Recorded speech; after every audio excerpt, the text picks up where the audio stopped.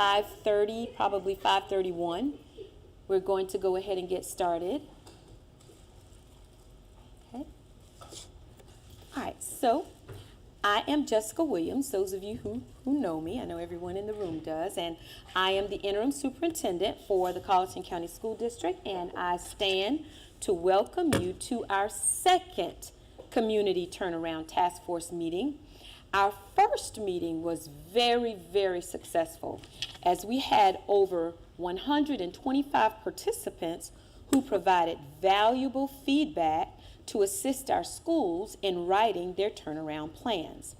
At that meeting, we discussed the state of the district and the fact that we have 2 schools designated as unsatisfactory, 4 schools designated as below average, and 1 average school. Our community wants the very best for our children, and your presence here tonight speaks to your commitment to that goal. So I want to thank you again for your unwavering support, and I want to, at this time, before we move forward, I would like to recognize our school board members who are with us tonight.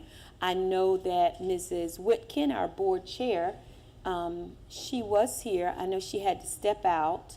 Did she leave already, Ms. Trobel? I think she has to get to a game. Okay, all right. But she was here, and she sends her support and love as we go through this process. And I would also like to recognize Ms. Lynn Strobel, who is our vice chair, who is here with us tonight. So I want to thank you so much for being here and being a part of this process. Principals, I know that it looks as if, oh, who's here tonight? We don't have the room, we didn't pack the house tonight. But guess what? That is okay. That is all right. We placed our flyer on our district's website. We invited stakeholders to be here with us tonight. And I know several people have texted me and called and said that, they weren't able to be here, but they give us their full support. And this will be an opportunity for you all to hear each other's plan and give input. Because after tonight, we must submit these plans to our school board because they have to approve them before we send them to the State Department of Education, okay? So Dr. Sharon Baddick was on the program to give the purpose of the meeting and an outline of tonight's meeting structure, but she sends her regrets as she is not feeling well. So please keep her lifted in your thoughts and prayers. We have planned a very structured session tonight, one that will engage all of our stakeholders in thoughtful deliberation as we work through our plans. Our district level turnaround team is also here tonight who helped plan this event, and they will also assist in facilitating tonight's meeting, especially depending upon my voice. So the district team consists of Dr. Baddick, who is not here, but also Dr. Reed, if you would wave your hand, Mrs. McDonald, and Mrs. Janice Hedden. And we thank them for their work and everything to get all of our plans together and get this meeting scheduled for tonight.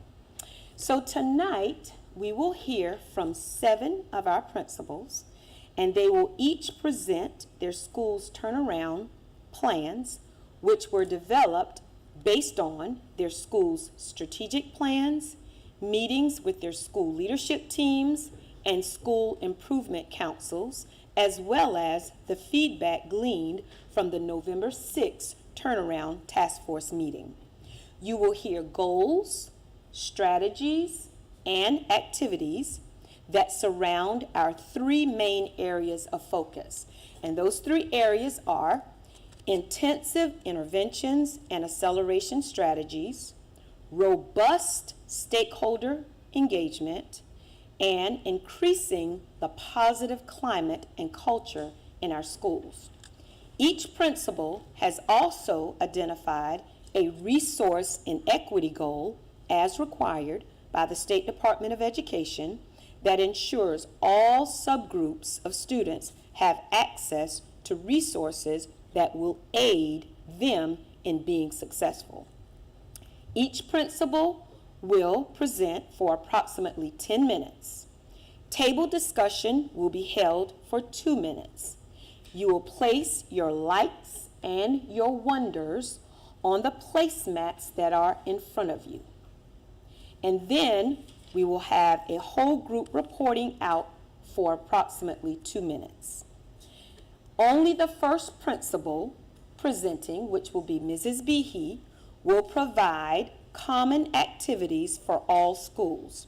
The remaining principals will provide only school-specific activities. Again, thank you for your commitment to our district and your engagement. We will now begin with the first presentation by Mrs. Lauren Behe, principal of Northside Elementary School.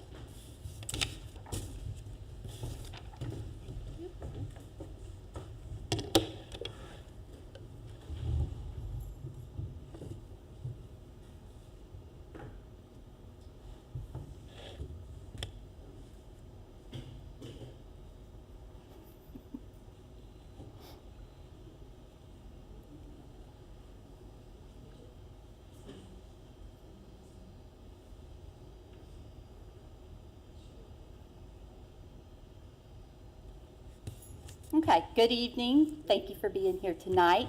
So I'm going to begin sharing the plan for Northside Elementary School, but also within my plan, as Mrs. Williams stated, I will include some of the common activities and strategies that our colleagues and I are doing together, with the exception of Ms. Bobson at the high school, okay? So overall, our overarching goal for Northside Elementary School is to increase the number of points on our South Carolina report card from 45 to 57 points. And this in turn will improve our rating from an average rating, in which we have right now, to a good rating. Okay, so that is our overarching goal. One of the first goals we needed to discuss is the resource and equity goal.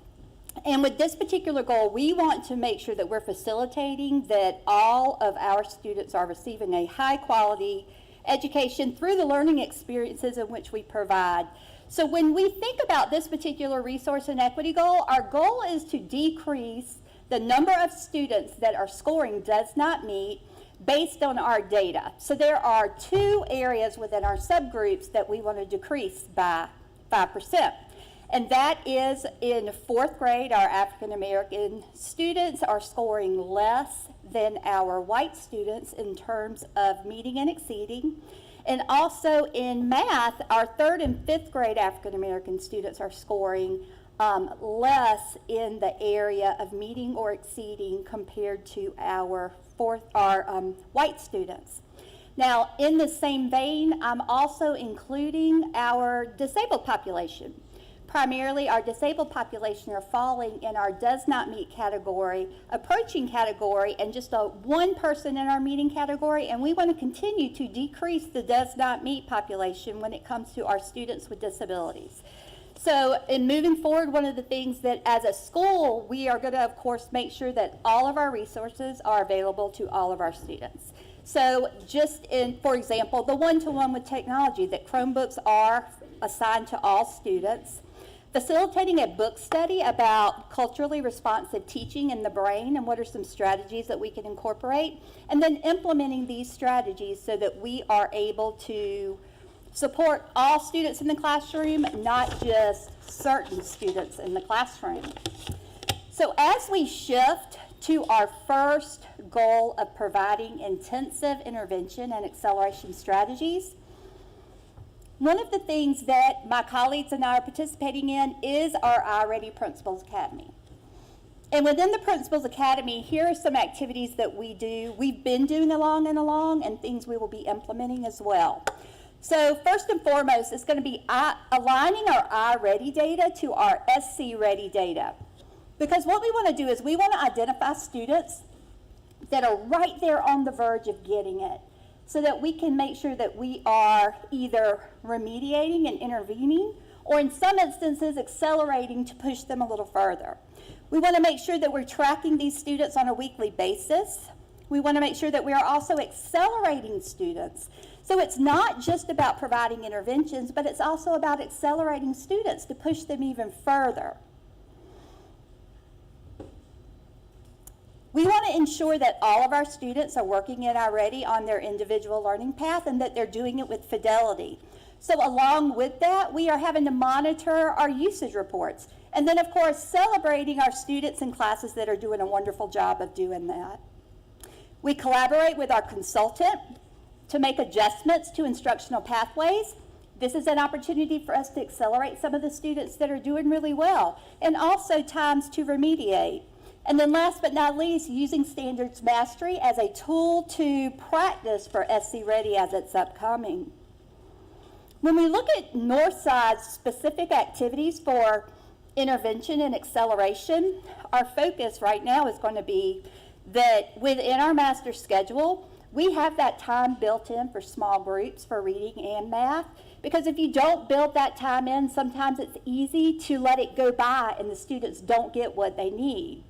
We also conduct audits of our curriculum that we're doing to make sure it's being done with fidelity, and it happens every day. And then last but not least, we are utilizing every available person in the building to actually pull small groups and to work with students to provide them double doses of either math or reading. And this includes our related arts teachers, but it also includes our leadership team. As we look at strategy 2 to provide robust stakeholder engagement, as a district, our colleagues, or my colleagues and I, we utilize the SIC, PTO, turnaround committee members to gather input from them to help us make decisions, to monitor plans, to create plans. We present our school data to each other and our district team on a monthly basis. We will be providing updates in writing on our turnaround plan and strategic plans to our stakeholders, and also holding community meetings so that we have opportunities for community members to come in and to give feedback. Specific to Northside, some of the activities that we're going to continue is going to be really thinking of our students as stakeholders. So creating that student advisory committee so that we can elicit feedback based on school issues. Conduct town hall meetings with our students on a monthly basis so that they are aware of their data by grade level, whether it's academic, whether it's behavioral. Push out surveys to our parents and stakeholders so that we can make informed decisions based on their perceptions. And then utilize people within our district, our parent facilitator, and even some district office personnel that can support parents when it comes to Parent University, Parent Portal, but we do have people within our district who can support that. Last but not least, strategy 3, which is to increase the climate and culture of the school. So as a district, my colleagues and I, we're already looking at our data monthly, whether we're looking at attendance data, discipline data, academic data, and then we're making adjustments as necessary based on what we see within the data. We correlate our incentive plans based on the needs of the data. So if we see a group or even a grade level struggling in a certain area, we can then incentivize students in that particular area where we need some more support to get them on board. We also apply incentive plans to our faculty and staff members for attendance, for achievement. And then last but not least, we communicate with stakeholders the progress our students are making when it comes to attendance, achievement, and behavior. Specific to Northside, our goals for moving forward for this particular strategy is to administer surveys to students to assess how they feel about school safety and their perceptions of the social emotional environment. And that in turn goes along with the survey they take at the end of the year. So we are constantly checking in with them to see how they feel about these things, because remember, it is their perception. And so for us to do a better job, we've got to know how they feel. We want to continue with the implementation of our school safety patrol to make sure that we have an environment that promotes student safety and that our students feel safe within the building.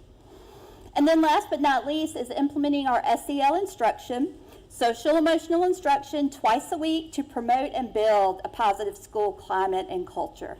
And this is during our fin time, so it can vary based on the needs of your students. It could be how to handle disagreements, or when you have these really big feelings, what are some strategies that you can use to cope when you have those really big feelings?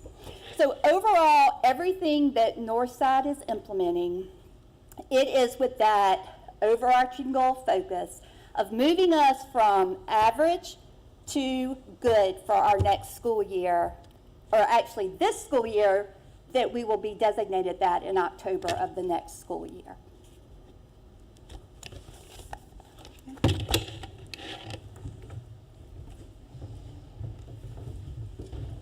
Let's give Mrs. Behe a round of applause.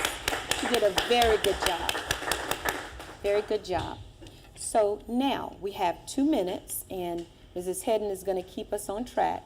We have 2 minutes for table discussion. So if you're at a table by yourself, if you don't mind, just move to any table with any school and take 2 minutes to write down things that you liked and things that you wonder about on the sticky notes that are on your table, and then place it on the mats that are on your table there for you as well.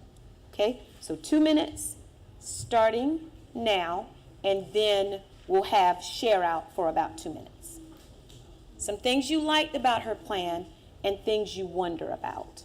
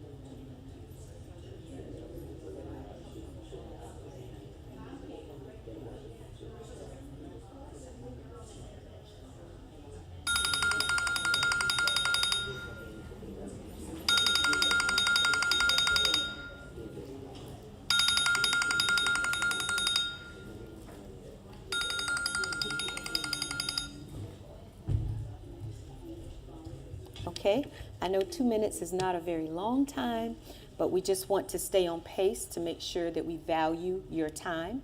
So we're going to just popcorn out. We have 3 tables that will be popcorn out. Okay. Tables 4, 5, and 6, and everybody has a mic.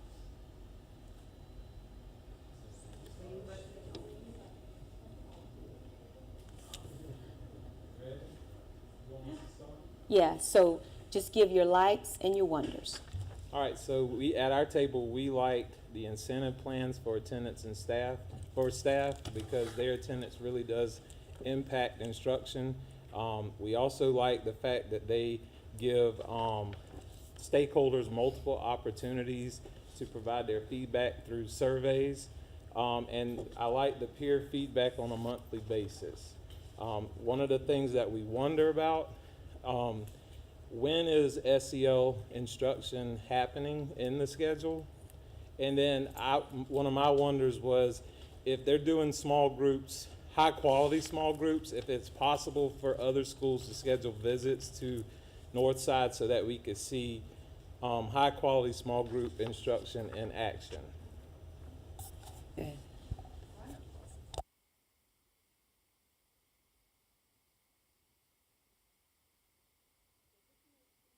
So we know it's what everyone is doing. However, we do like the fact that there is a plan in place that you intend to follow and execute. We like the fact that it's going to be monitored for the sake of seeing where you are with the assessment. We wonder, however, if all the actual personnel that you said that will be involved in the school will actually work together to carry it out, because sometimes, you know, buy-in isn't always there. We're just wondering how we can make that where everyone will be actually involved to carry out the plan.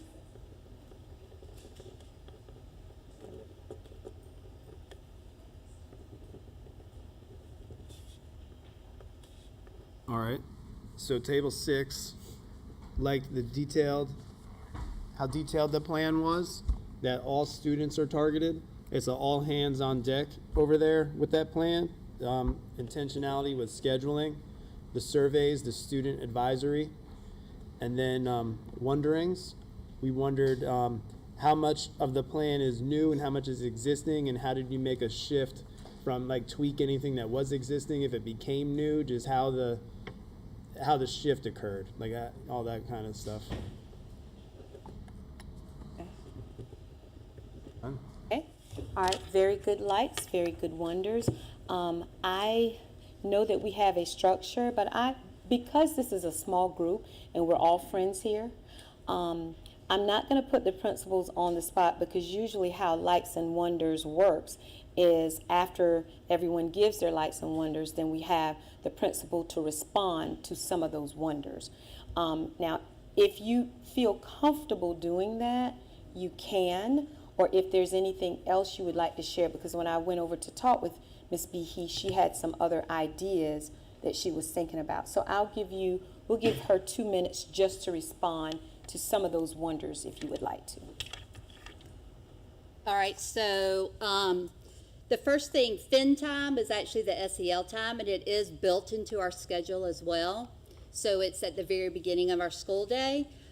One of the thoughts I did have is that I send out my newsletters through SMORE each week, and so I'm thinking the very first newsletter of the month is going to be a little more data heavy, where I can share, okay, here was our goal and here is where we are right now with our progress towards our goal. So the first newsletter of the month is going to be very goal-oriented. Here's data. And then the remainder of the month, our normal weekly updates. So I figured that would be the best way for me to send out that information ongoing. As far as, there are some things that are new, but when you are doing multiple plans, you want to still incorporate those things which you really know does work. So some of the things we implemented last year that we were very successful, we wanted to make sure we included some of those things, but also fine-tuning them at the same time to make sure that we do it even better. It's the expectation that everybody will be involved. And I think when we look at school transformation, it is an all-hands-on-deck approach, but we'll also tailor it to people's strengths. So for example, if I have a related arts teacher and they are not comfortable with reading because we might be lacking that foundation of how to read, then I'm going to have them working with students that will lend itself to their strengths. So being very conscientious about what I have people do when it comes to working with students. And then as far as our small group, we can definitely set something up where we will be more than happy to welcome people in. And it just goes back to really utilizing that master schedule so that those pieces that you know you've got to have and it's got to be there with fidelity is built into that schedule when it comes to SEL or small group. Very good. Thank you so much, Ms. Behe, and make sure, Mr. Peoples, to reach out to Ms. Behe to schedule a time to go to her school to observe the small groups, and any other principal here that may have teachers that are struggling with small group instruction, because that is very important, because you meet the kids where they are individually, okay? So make sure you reach out and collaborate with each other, okay? All right, we're going to move now to Bells Elementary School, and we ask that Ms. Parker come up. And remember, her presentation is going to be a little shorter because she's not going to emphasize the common activities that are common with all schools, but just her school-specific activities.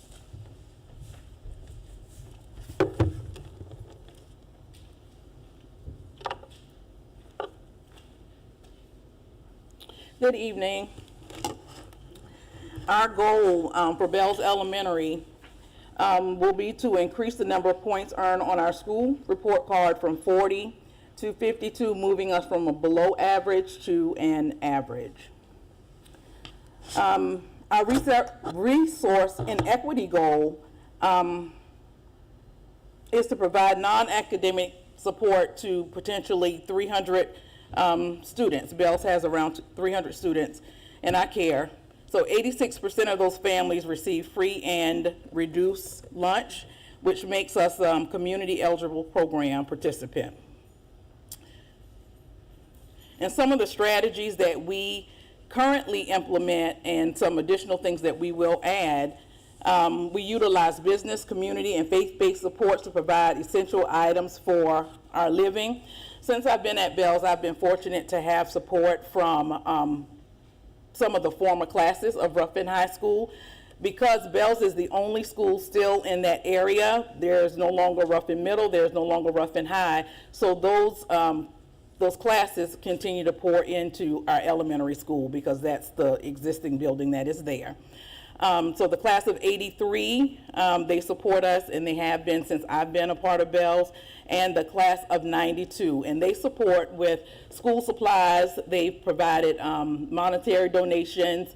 They support families for Thanksgiving. They support families for Christmas. And they've also helped with our blessing box, which we have on the outside. We also have a caring closet at our school for children that may need a change of clothes. Sometimes, you know, the little ones, they have accidents. You can't get in touch with a parent. We have a change of clothes for them in the building, and we've had some community partners to help with that as well.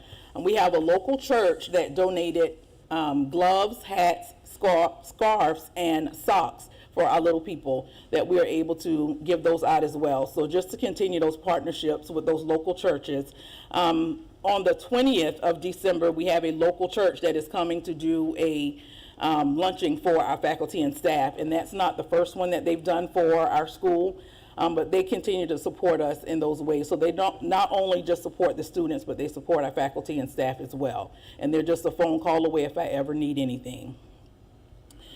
Also making sure that we continue to solicit support from local businesses.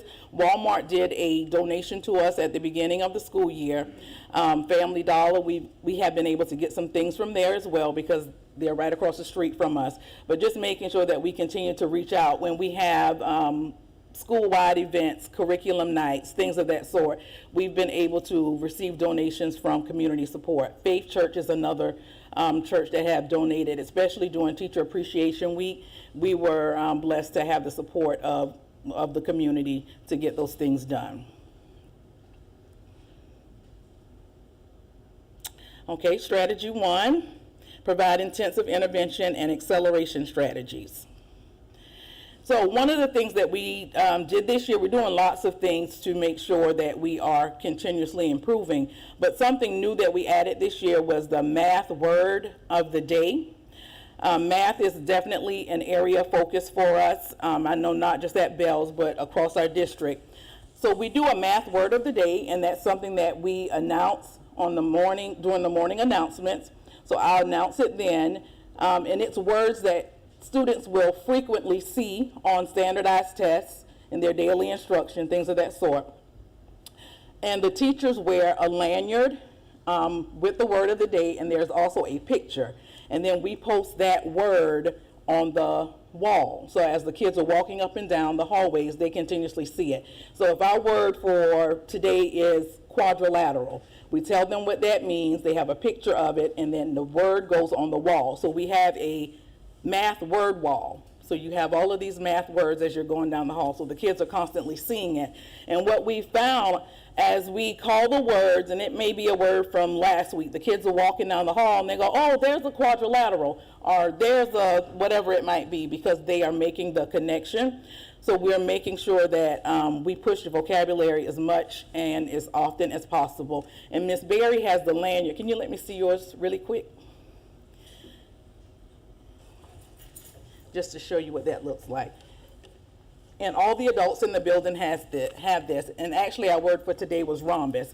And sometimes we use lower level words for our little people, but most of our words are geared towards 3rd, 4th, and 5th grade because they take the standardized test. But we find that our little people are very intrigued by some of the big words. So hopefully by the time they get to 3rd, 4th, and 5th grade, they will know what some of those words are.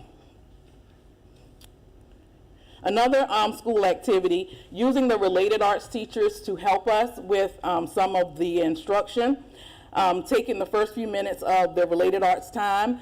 Our PE teacher has already started that with math as they go in and they're doing jumping jacks. He's using multiplication facts to help them count. So instead of counting by ones, they count by twos, by fives, by tens, depending on the grade level.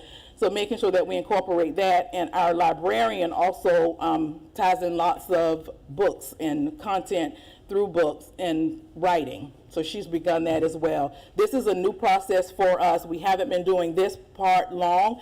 So we're going to see what that looks like moving forward.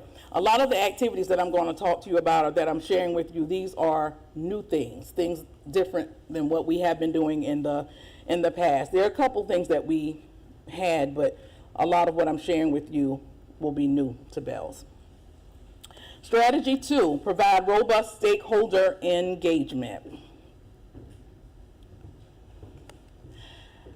School activities. So this year we started with school clubs, and we actually had our first school club event, was it last month? Last month, the month of November. Ms. Williams, do you mind if I let Ms. Berry share what that club looks like? Not a problem. Okay. Ms. Berry's gonna come. This is her baby. She started with it and she's put a lot of time and effort. I'm definitely a part of it, but the bulk of the work with club planning came from her. So I'm gonna let her share some of what that looks like. Yeah, so we wanted a way to get our kids involved with each other outside of academics. So the first thing that we did was poll our teachers and just to see what their personal interests were outside of school. So we have some teachers that like to do nails outside of school. One has a driving class. So we polled our teachers and then we had our students sign up. So as of today, we have 20 clubs and each club has 15 students in that club. So we meet once a month for an hour, Fridays, Mondays, it just depends on what day works best in our schedule. But the kids go for approximately 40 minutes. We've ordered supplies, so some of our other partners are the AKA sorority in Ruffin and the Omegas that help with our Young Gentlemen's Club. So we've developed those partnerships as well. And the kids, they really enjoy it. They ask if they can have clubs every day. The answer is no.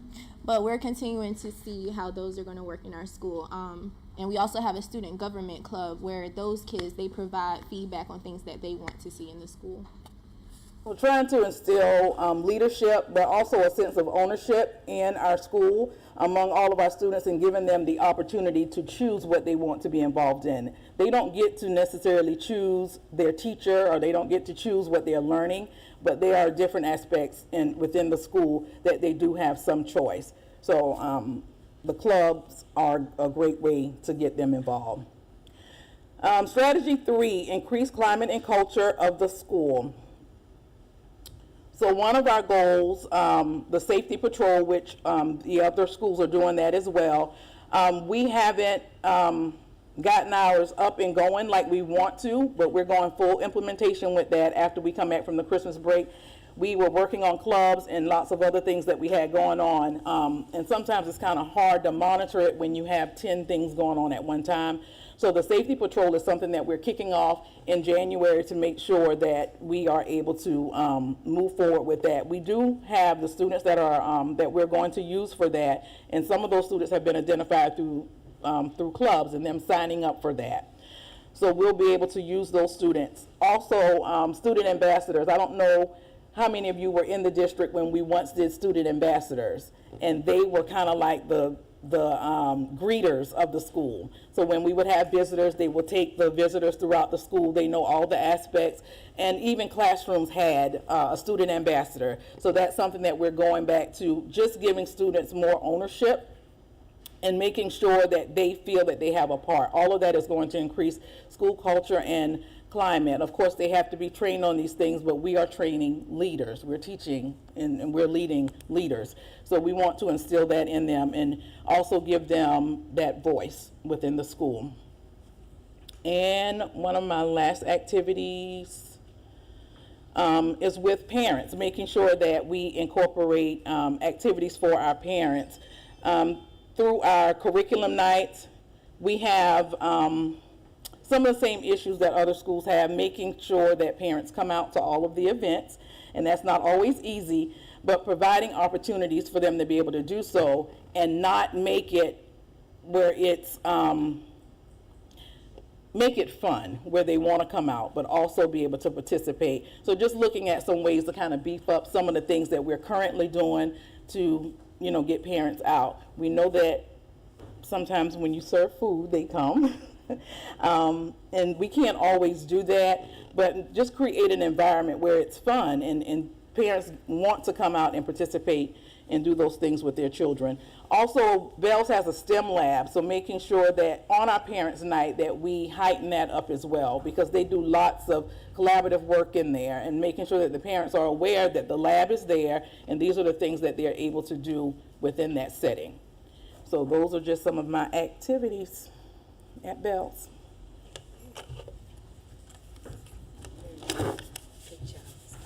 Thank you. Let's please give Ms. Parker a round of applause. Awesome job, awesome job. Now we have 2 minutes for table discussion. And for those of you who just came in, I want to thank you for being here with us tonight. It's so good to see you all. And we have sticky notes on the table, and there's a mat that you can put your likes about Mrs. Parker's plan and your wonders. So 2 minutes starting now.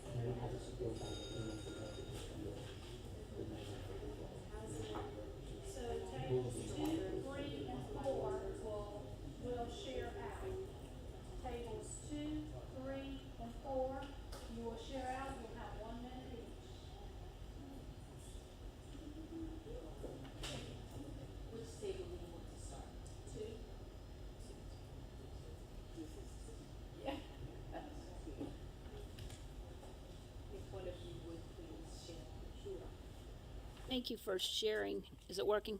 Can you hear me? Hello? Green? Is it green? It's green? Yes. Then talk loud. Hello? Yeah, there you go. Thank you for sharing how the community is supporting your school. Those were some great ideas that other schools could incorporate. I love how using the word of the day and having the kids see it and hear it so it's common language. That will reap great benefits because those might not be words they see and hear at home. I wonder what might be some other strategies that are being used for meeting and exceeding the grade level standards. And I did forget to say I love the clubs and the student leadership. That will definitely build the kids' interest in school.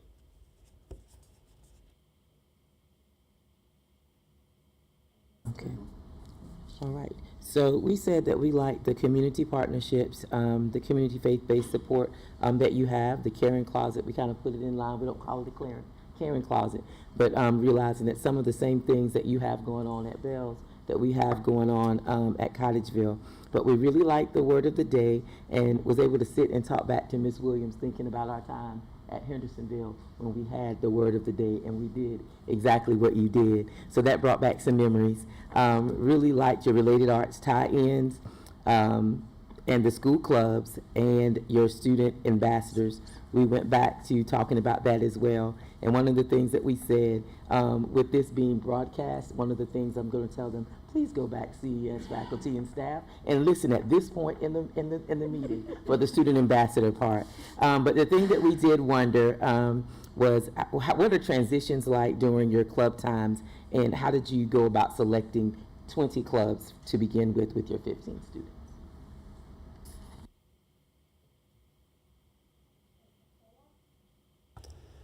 So we really liked the focus on math vocabulary as a school-wide initiative to increase math language in the building.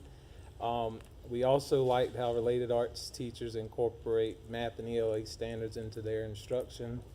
One of our wonders going with the math and the word wall was, what does that look like, or if you could make it into a game or like a point system if they're identifying shapes throughout the building, if that wouldn't encourage students to participate more. Also, one of my wonders, it's a like and a wonder, so I really like the parent incentive about skipping the car rider line. My wonder is, what does that look like, and then what would that look like at the middle school, because I know, because our school is so big, that would be a good incentive for our parents, how we could do that at our school. So I'm just curious to know how that looks at Bells, but how that would look at the middle school as well. At the middle school, I think you would have to choose a designated spot. Right. Where it's different. They don't actually have to come to the line, maybe a separate area where you pick up here, so they avoid the line altogether. Yeah, like an express line, the Walmart pickup, yeah.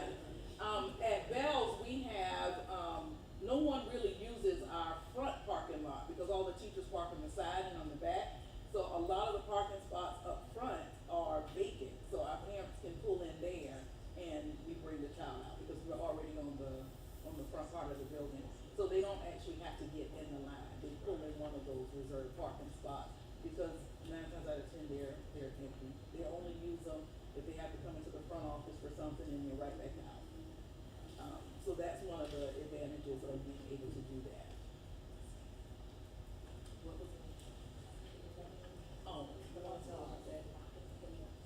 Ms. Berry's going to share how we select the clubs and the transition for that. The teachers are on board with it. They know which child select which club and the location of that. So we have a transition time built in, but she's going to share what that looks like. So with the transitions, first we had 10 parent volunteers to sign up to help us with clubs. So we utilize them in the hallways.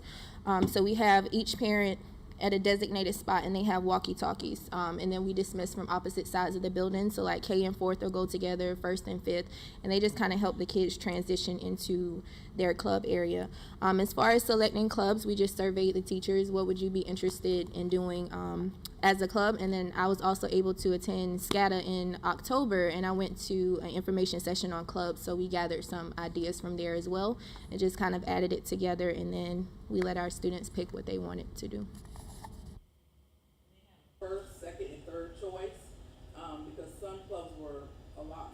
popular than others, so if they didn't get their first choice, and they got their second, or sometimes their third, but it was all things that they enjoyed.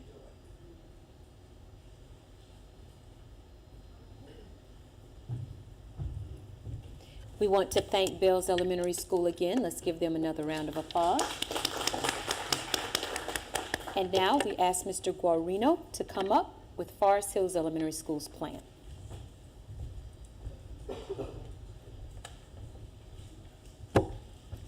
All right. Good evening. Yeah, I'm Joe Guarino, principal of Forest Hills. And Ms. Edwards, awesome assistant principal, is here with me as well. Ms. Buckner came in. She's our SIC chair representing. And then also I want to we do pause some shout outs to the district leadership who helped with the plan and actually made the slides for us, put that together. And I tweaked just a little bit, but they had the bones and put it all together. So thank you guys. All right. So our plan, our overarching goal,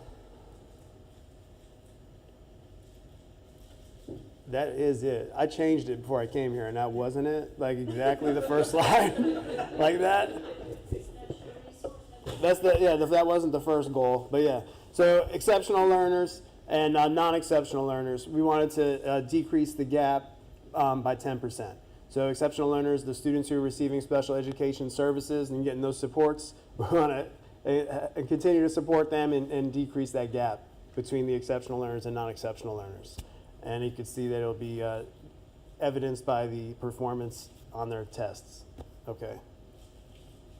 All right. So the exceptional learners use TeachTown. That's an adaptive, standard-based curriculum. And then many of the teachers, administrators, we went through a training in the beginning of the school year, and it's co-teaching do's and don'ts. The author is Dr. Toby Carton, and she was virtually walking us through the book every couple weeks, and we would have training through that. And that's specifically to help us, because we're ATSI listed for our subgroup with the exceptional learners, and that helps us target that. And really, we're in the emerging phase of getting to the point where we can have true co-teaching and inclusion.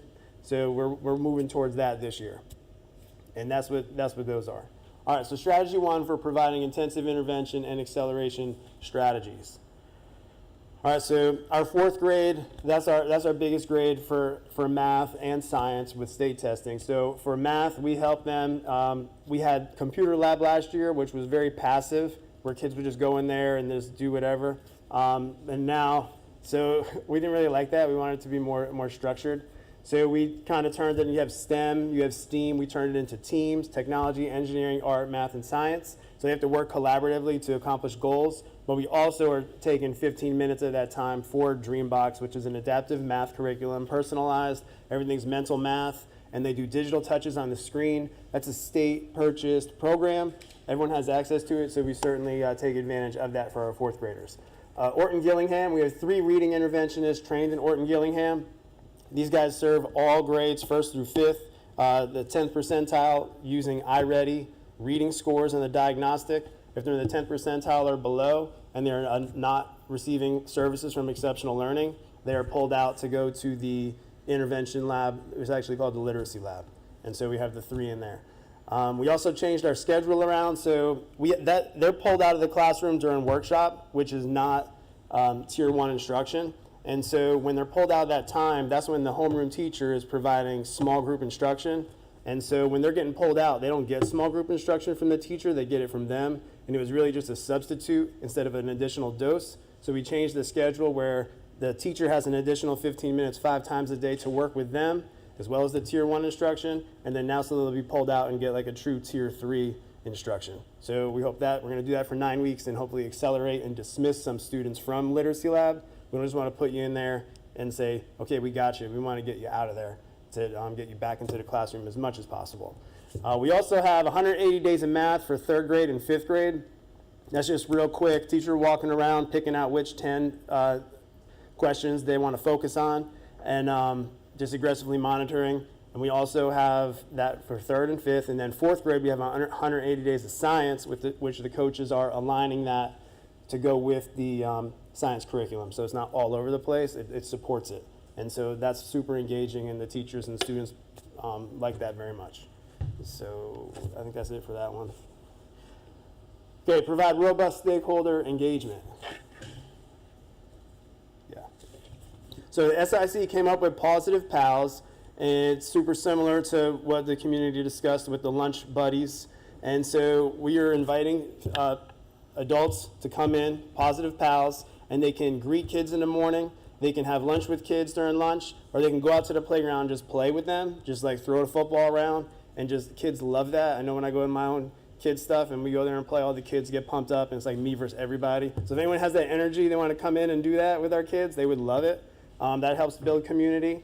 And the school also holds community events such as Veterans Day and Holiday in the Hills. So we had a Veterans Day celebration and recognition. That was a huge success because everyone came out to it from the school, and the families, if you served in the military and you had a Cougar Cub at the school, we played the music representing your branch, and you walked the loop, and the drum line from the high school was there, and everybody was involved. One of the teachers sang the national anthem, like a cappella, and it was awesome. So that's everyone coming together for that. Holiday in the Hills, how much time I have? Am I going? Okay. Holiday in the Hills is when we're going to have the community come in, and we're going to go over math strategies, reading strategies, and just give it a winter theme. So over winter break, families are equipped with tools on how to support their child.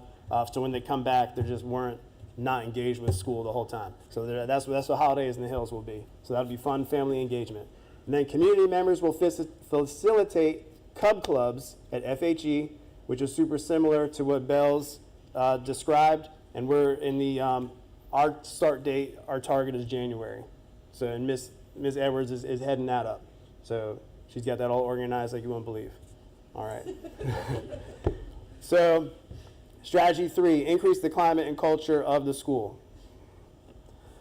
So we have school activities the first Wednesday of every month. We don't have a staff meeting, we have a family meeting, and we come in and we choose family members of the month. We have one staff, one faculty, and they have to wear it. They don't have to. They're excited to wear that gold chain. It's very similar to like a turnover chain for college football. And so they wear that. It's got the Cougar Cub on it. And so they get to wear that for the month. And then we put their picture on that nice foresty background, and then we recognize them and celebrate them. If your birthday is in December, on Wednesday, you're going to have to come up and we're going to sing happy birthday to everybody, and then we all eat cake, and then we're all sugared up and we get some work done. And then we have SEL school-wide for 10 to 20 minutes. It's 10 minutes for our 3rd, 4th, 5th graders and 20 minutes for our little guys, 1st and 2nd grade. And we cut a little bit off of that to get more to do that intervention that I talked about where the homeroom teachers provided more intervention. So, but we didn't cut it out. They're still getting it daily. Class Dojo class of the week, Golden Spatula. Mr. Simpson was like, man, this cafeteria, we need to get under control. So Golden Spatula is if you were the calmest, cleanest, quietest table when you're lining up, you win the Golden Spatula, and you get to carry that around for a week. And so we do that weekly. That's what the Golden Spatula is. And then actually not on here, but stole it from Bells. She talked about a no tardy party. So we did a no tardy party on Friday, and we had everyone come out in the hallway. We were going to do it in the cafeteria, but the cafeteria air went out, so we're like, man, we can't not do it. So we did it in the hallway, and we put it through the loudspeaker, and so everyone heard it, and kids were in the hallway having a great time. Too great, we had to shut it down. But it was their first time. But it was their first time doing it. It was like, I know you guys were excited, but we know what to expect now. And then, but no one got hurt. It was fun. They did good. And then we'll do that again this Friday. But we had a lot less tardies today on Monday, so that's awesome. That's the whole point of it. But peer mediation, the professional school counselor trained 4th graders last year who are now our 5th graders, and they're gonna, like little things, like today these 2 1st graders were like a conflict over a pencil, and that would have been a great thing for the 5th grader to help them sort out, to help conflict mediate something like that. They're not gonna do something like completely serious that stays with the professional school counselor, but even something as important to them as a pencil, no one's going to get hurt with that. She's still there facilitating it, but letting the 5th grader kind of lead the way with it. FHE will initiate a school safety patrol. That's rocking and rolling. Those guys help with the car rider line. The bus riders, they're like special. They walk you to class if you're in the front office, and they take the job so seriously, and the tone is set for them. And they have high expectations. They got to wear their belt the right way. It's like it's a real deal, and we treat it that way, and they respond that way. And the Cougar Cub morning show. 5th graders host the morning show. They do the vision every day, the lunch menu. They do all that. We do SEL even in there too. Scheider, the school counselor, also helps them, as well as the teacher of the year for the district. Miss Wood also does that from her classroom. So that's a huge community push from our school. And then there might be one more. No, thank you. Okay.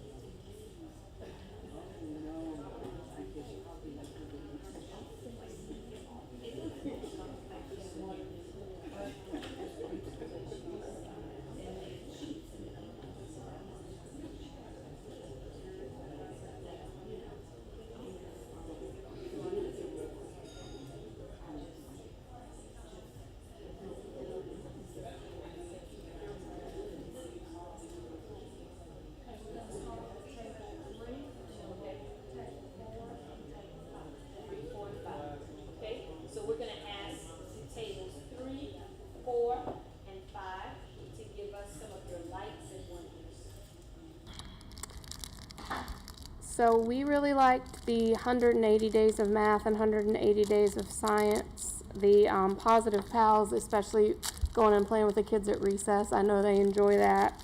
The holiday in the hills with the family engagement piece and the no tardy party. And then we were wondering where SEL fits in your schedule since it's so tight, all of our schedules this year.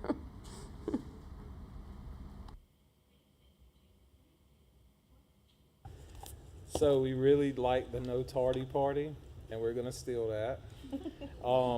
We definitely like Holiday in the Hills and how you provide parents with on how they can support their students when they're on break. What we wonder is can we what does it look like the 180 days of at your school, and then what would that look like at the middle school, because we want to use that as well.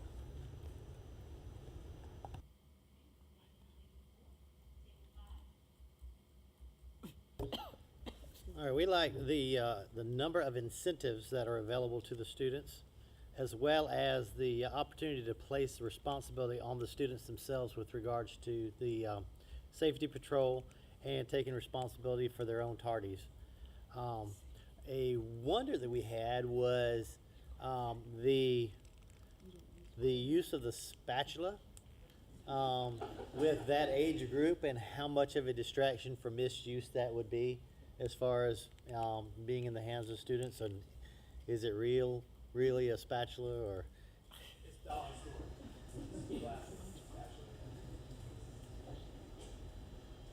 Okay, thank you, table 5. Mr. Warlino, would you like to comment on any of the lights and wonders? So SEL is from 7:30 to 7:40 or 7:30 to 7:50 every day. That's what happens. And then the morning show is like 7:20 to 7:30. So it's before the day instructional day starts, so that doesn't take up any of the instructional day. And that's SEL based, and that's what the Cougar Cub program is. The 180 Days of Math and 180 Days of Science is a book. Every page is a new day. And so like math, you got to go in there, and yeah, it's a spiral, but it may not be, there may be some stuff that's inside or outside of the state standard. So the teacher may be like, I'm not going to cover this one because it's not a state standard, or yeah, I do want to cover this one because it's going to help them with iReady, but yeah, it's not going to help them with the state test. So the teacher has to be familiar with what the students need and don't need from that. But the teachers don't have to make it up. It's not a teacher pay teacher. It's just right there, boom, super organized, and it's a great resource. But the teachers make it valuable the way they use it.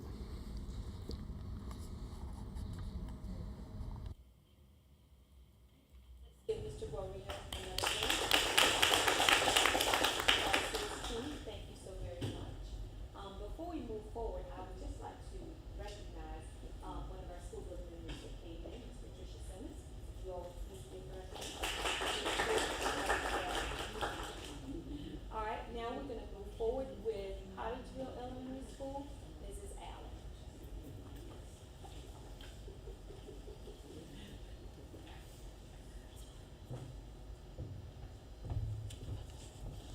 Good evening. I would like to say and recognize Kayla Baker, who is my assistant principal, who is here representing Cottageville with me. And as we begin on tonight, our overarching goal at Cottageville is to increase the number of points earned on our school report card from 40 to 52 so that we can move from a below average to average rating. In doing that, we also have to have a resource and equity goal. And our resource and equity goal is focused on our disabled and non-disabled subgroups, just making sure that we decrease them by 10% through our formative and summative assessments. We too have been working with the Office of Exceptional Learning with the Co-Teaching Do's and Don'ts, which is a professional development opportunity for inclusion in the classroom, and utilizing a Padlet that has been shared with us. The strategy is to employ the inclusionary model of instruction with our special needs students, and then we're also implementing our new math curriculum in 5th grade. The activity specific to Cottageville is making sure, again, with the ongoing professional learning opportunities for the inclusionary model, and we just got finished working with someone else and talking with someone who's going to come in to help us with the scheduling a little bit with our resource teachers as well, to help with the inclusion model as well. And then changing the core mathematics curriculum to the iReady classroom. Ms. Fry, who is our 5th grade teacher, teaches 3 classes of math, and the kids are loving the iReady curriculum. So strategy 1 is providing intensive intervention and acceleration strategies. In doing that, we conduct consistent observations to ensure that best practices are implemented in the classroom. We are seeking opportunities before and after school with tutoring our kids. And one of the things that we are getting ready to do is we do peer tutoring in the classroom, but now getting some of our peer tutors and our students who are in the SPICE classroom to go to other classrooms to help and assist with other children. A lot of times we can teach them all day long as adults, but they seem to glean a lot more from others their own age or near their age. And then we've implemented Fluency Flight, which is a math facts portion of iReady with grades 2 through 5 so that they can master their basic math facts. We're also working with MTSS, and we are also still working on the double dose, just like everyone else with the iReady Academy, double dosing and providing opportunities for our kids to master the standards. Strategy 2 is to provide robust stakeholder engagement. And doing that at Cottageville Elementary, we borrowed from Mr. Peebles the town hall meetings with our 4th and 5th grade students and their parents. And we're also having some meetings with parents. We found out with some 3rd grade issues this year with a teacher that inviting parents at 8 o'clock with their kids in the room and having the meeting at that time. We wound up with having more parent participation. We wound up having with the parents and the children there at the same time. It was great, it was good, and some things that we needed to change was able to change because then we had the parents' input at that time as well. And then we're going to diversify our CES engagement by utilizing focus group meetings and using surveys, and then utilizing the feedback from those to inform our decision-making process. And in a small lump sum, we know who we're targeting. We know that we have to target groups, and with those target groups, with our PTO meetings, with our SIC meetings, with our parent meetings, with coffee and tea with me, that parents have the opportunity to come, sit. They can come and sit, or they can get on virtually and talk with me. And we work through things, and they provide me with feedback, and I provide them with things and information that I need for them to know.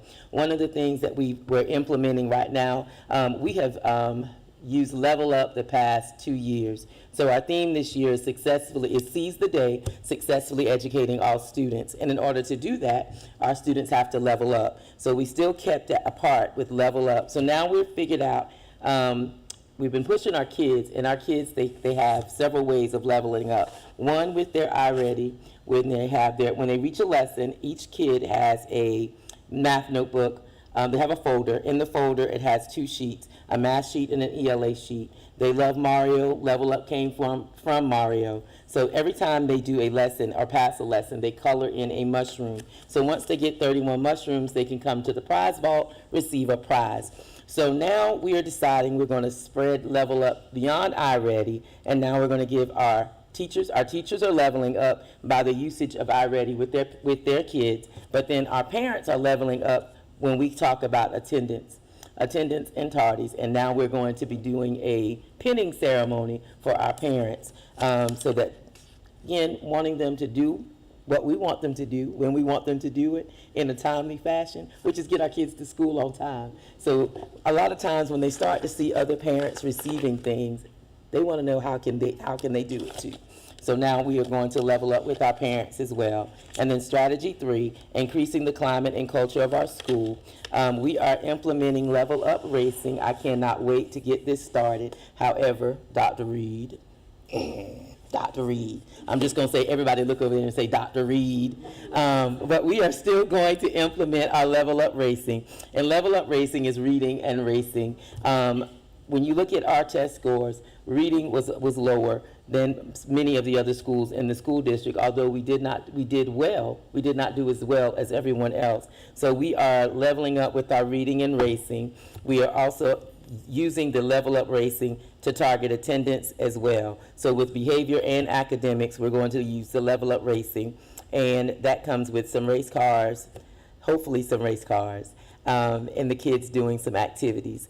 Then we are going to make sure that we monitor our data at all the times, our attendance data, behavior data, the observations, professional development plans, our counseling sessions, and with the counseling sessions and PBIS, we do a lot with our kids. The party in the park was the last one. We were doing bowling. We do a lot with glowing and growing in excellence. So we're getting excited about the kids and the parents getting the opportunity to go to the bowling alley where they can glow and grow together as a family engagement activity there. And then making sure that everyone knows our collective commitments and that we have the buy-in of everyone in the community as well as the school. And then we are going to share a positive photo or story every day with our stakeholders. Sometimes we don't do it. You get so bogged down, you aren't motivating. You're motivating, but you aren't putting yourself out there. So we're challenging ourselves to put it out there. Mr. Joe, you have the golden spatula. We have the golden broom so that they can clean up those classrooms. And then we are also implementing the school safety patrol as well, just like all the other elementary schools. Ours will begin in January as well. And we also do weekly affirmations. And with those weekly affirmations, we've done it 2 ways. We just put the words out and the affirmations out, but also putting the spin on it where the kids are doing it and the parents are doing it as well. And then we give the parents the opportunity to give a shout out to their favorite teacher or staff member or even to their child. So that is what we are doing in our turnaround task force information for Cottageville Elementary. Thank you.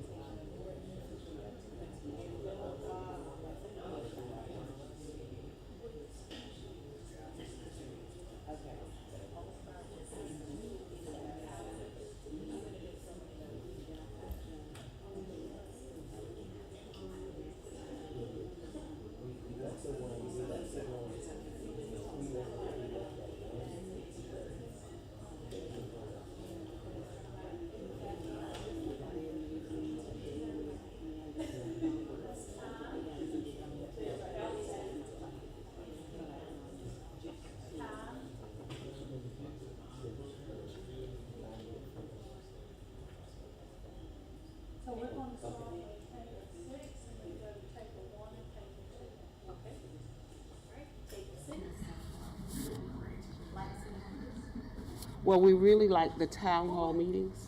I could remember when I was starting out in Hendersonville, we had town hall meetings and that went really well. We also wonder about the tiers for pinning the parents and students. So we would like more information, more information on that. So I really like how I agree with the town hall meetings, but the incorporation of the parents in the town hall meetings as well. Also giving parents an opportunity to give shout outs. I think that's really positive, especially for your staff morale. And that you are engaging students and utilizing things that they're interested in outside of school, bringing it in school for buy-in on the students' part too. I think that really speaks to engaging them even more, like coloring the mushrooms for Mario so that they can level up with iReady. Like the town hall as well, but I think the spice where students are in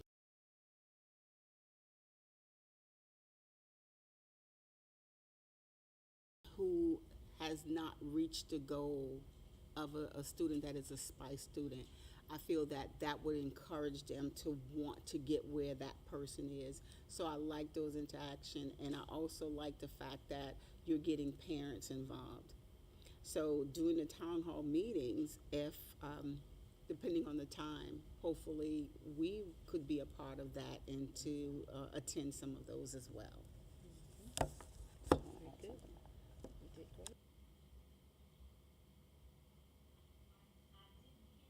Wonders for Ms. Allen to respond to, but Ms. Allen, if you would like to just respond to any of the things that they brought up or give any more information concerning it, maybe talk a little bit about what your pinning parents for attendance looks like, what that looks like. So it isn't just attendance. It is attendance. It's also when we tie in multiple things, but pretty much the attendance and the tardies. So you don't want to be too lax, but you don't want to be too lenient either, because you want to give people something to shoot for. So they're bronze, silver, and gold, just as with the Olympics. And so to get the lowest level, they can have 3 tardies. It's 3 or less. You go over that, you can't do it. You won't be able to do it. Sorry, love you, but can't do it. Try it again. Try it again next month. So we're trying to get it, whereas the silver is 3 or less, is 2 or less for the bronze. Silver is 2 or less. Gold is 1 or less. With the tardies, and it's not just the tardies, it's the absences, because we have a huge issue with absences. But our hope is once they start to see that we have set aside a special time for our parents, and it's a little more to that, y'all, so I can send it, because it's written up and everything, so I can send it to you guys. But the goal is, and the hope is, that once they see that there's a special ceremony for my little cousin, or my sister got to come but I didn't get to come, then sister's gonna catch on fire, because sister wants to then come and participate as well. And the person that's going to pin them it's not us, it is their child who's going to do the pinning for them on their lovely little stage. Thank you, Ms. Allen, and if you would give Mrs. Allen and her team for Cartersville another round of applause. Awesome job. Now we're going to call Mr. Smalls from Hendersonville Elementary School.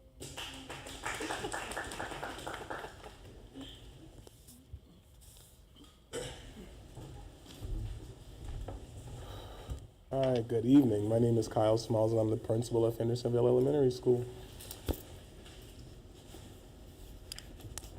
All right, so actually, as we even start out with the initial slide, one of the ways, and I'll talk about this more, but one of the ways that we wanted to kind of tweak the culture of Hendersonville, I'm gonna give credit to Ms. Tiffany McNeely. So when I came on to Colleton County last year, one thing that Tiffany McNeely said as a former Hendersonville honeybee is that we got to get our old mascot back. It's not, so that's why we're working on that. We're working on it. We want the district office to get caught up to what our new mascot is, actually, which is our old mascot. So we're glad to have Henry the honeybee back. So in all of our new paraphernalia, we got Henry back. So that was a real big thing that our community stakeholders really wanted back. That's the old one. They call that the wasp, or whatever that thing is there. But yes, we have Henry the honeybee back. All right, so by October 2024, Hendersonville Elementary School will increase the number of points earned from 25.46 to 52, moving from unsatisfactory to average, which is a very ambitious goal. I'm a very transparent leader. In Hendersonville, we are nowhere close to where we need to be, so we got to work double time to get our students where they need to be, which is work that we can do, and we'll get there. Also, our equity goal is all about inclusivity, which is some of the other schools, other principals mentioned a lot of that. The achievement gap, decreasing it by 10%. In Hendersonville, we have a large special education population, but we just don't want to throw them to the wayside because a lot of times our SPED group, a cohort, are our forgotten groups. So just looking at the totality of our gen ed kids and our exceptional learners, the totality of all of those decreasing that achievement gap by 10%. And how are we going to do it? So just as many of the other schools mentioned, we want to increase the amount of times that our exceptional learners are in the general education classes. One thing that I've charged our special education case managers of is analyzing the goals and the service minutes of our students and the data to see if we could reduce the amount of time that they're in self-contained and to increase so that we can increase the time that we are in gen ed. One positive thing about him, or many positives, but one that I'm going to mention now, is that we have many teacher assistants.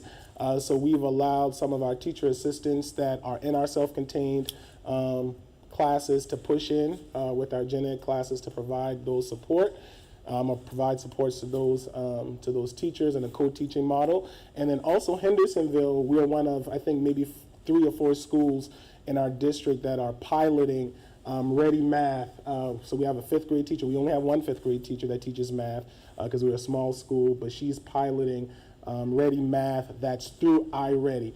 And while we use Big Ideas as a school district, we haven't, specifically at Hendersonville, we didn't get the gains, or we didn't garner the gains that we really were looking to garner. So I definitely was excited about signing up our sole math teacher for the Ready pilot program, which aligns more actually with iReady. So we're really excited about the work that she's doing in that regard. Provide intensive intervention and acceleration strategies, which is strategy 1. HES will employ the services of a reading interventionist to work with students scoring in the 10th percentile or lower. Actually, that intervention began this week. We did not have a reading interventionist to start this school year out. We've been actively looking, but one thing that we were able to do is we had a teacher that retired in October, and she's recently rejoined us to serve in this capacity. So we were really strategic with looking at our iReady data, our SE-Ready data, determining the students that have scored in the 10th percentile or lower, and assigning reading intervention with our new reading interventionist, like I mentioned, that started this week.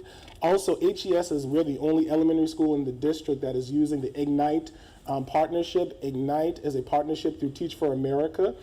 So what that is we have fellows throughout the country that are providing reading and math intervention, not really so much intervention, more so acceleration, because we're using what we quote unquote call as our bubble kids, students who are only 1 grade level below, to get that intervention during our focus block. But one thing that we are really big on at Hendersonville is we're really reflective. So actually the start of the new year, we're changing the cohort of students that will be receiving that Ignite intervention, quote unquote. So we're actually looking at more of our lower tier students who are nowhere close to where they need to be academically to get that support, as opposed to our student cohort that are only 1 grade level below according to the latest iReady diagnostic. So we're really excited about that. And we have our special our special area teachers that also co-teach with our Ignite Fellows. While the Ignite Fellows are virtual, we have our special area teachers that are providing additional academic support along with our reading coach and our instructional facilitator. Provide robust stakeholder engagement.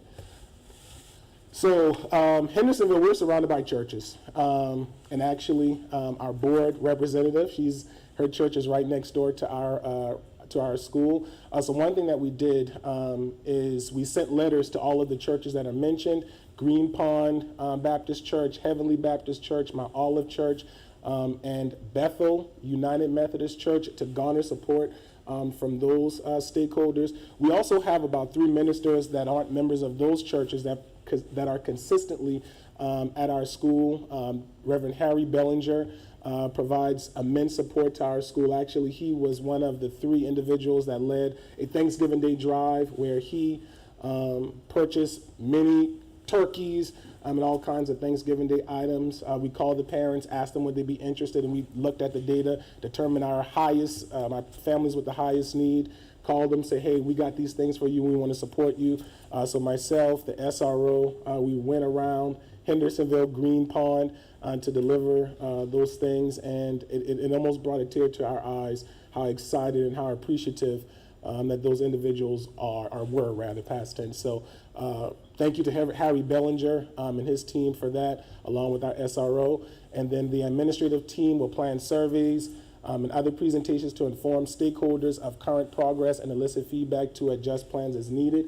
One thing that we're going to transition to, so I'm from Charleston, I live in Charleston, so I commute here, but my 3 kids go to schools within Charleston County, but my 2 sons, they go to a school in West Ashley. And one thing that they do is that they connect parent events to school events. And that's how they really get a large amount of parent participation. So I'm going to actually steal that idea from my son's current school, where we're going to connect all kinds of parent events to our PTO meetings, to our SIC meetings. Actually, now we're not going to do this tomorrow, but we have a PTO meeting tomorrow at 9 o'clock tomorrow morning. So, but moving forward, that's one thing that we are going to do just to get more parent support and get them visible and see what the great things that we're doing at Hendersonville, and then also let them know the areas where we need their help. Increase the climate and culture of school. So before I even get into that, one thing that we're really big on, and I talk about stealing, I stole this from Catherine Fanchette. Eventually, we are going to matriculate to students having are running our news program, but as of right now, I do it. So I do it from my office. The students are very excited. They think that Mr. Smalls is on TV and ask for my autograph during the day, but I think that in me doing that in the morning sets our tone for the day. We're really big about being kind, being safe, be engaged, be great, because every single one of them have greatness inside. That is the message that we always end our morning announcements with. So that definitely, like I mentioned, sets the tone for our school. We didn't do a really great job earlier this year with providing incentives for students doing the right thing, for students that pass the appropriate amount of lessons per week, and celebrating our teachers too. So actually, last week we started with doing better with our iReady celebrations. So today we got these expensive posters that we passed out to our 3rd, 2nd, 1st place winners, our classes that had the students to pass, or the highest percentage of students pass the appropriate amount of lessons. We've really done, one thing that I was really big on when I came to Hendersonville was to increase our fundraising opportunities, because some of our accounts were a little low. So we've really done well the last 2 years with fundraising. So we're actually going to take those funds and also have weekly pizza parties. And that's one thing that one of our iReady consultants talked about, Mr. Peoples, and his robust celebrations at the middle school. So that's also one thing that we're going to do. It's going to be expensive, but we have our first pizza party tomorrow, so the kids are really excited about that. ATS will conduct weekly attendance matter sessions for students, parents, and staff. My admin team talked about that same thing about having town hall meetings, not only just for the parents, but for the students as well, to get that same message simultaneously, but just not talking about attendance, but talking about our academic data as well. And then having team building activities for students, teachers, and parents in the community. One thing that one of my teachers mentioned is that we need to have more fun around here.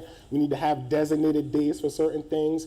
So I guess not too long ago, some teachers went to a cowboy birthday party, so they have all these cowboy attire things, and so they say we want to get a chance to wear these things. So we had a whole cowboy theme at our school that was really exciting, and those kinds of things. So I think it's just those are just small nuggets of how we're going to increase the climate of our school.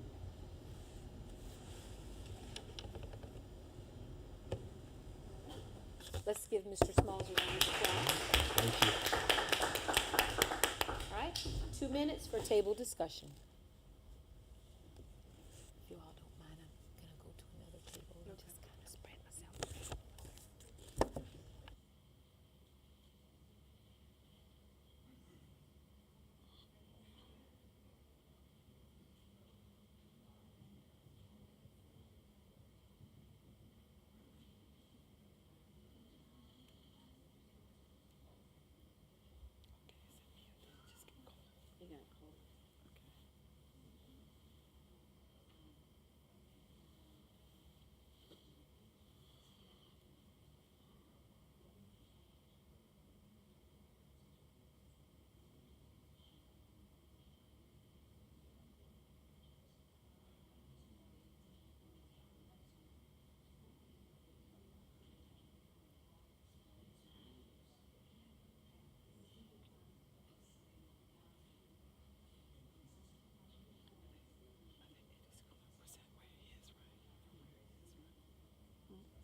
And he's gonna present from where he is, right?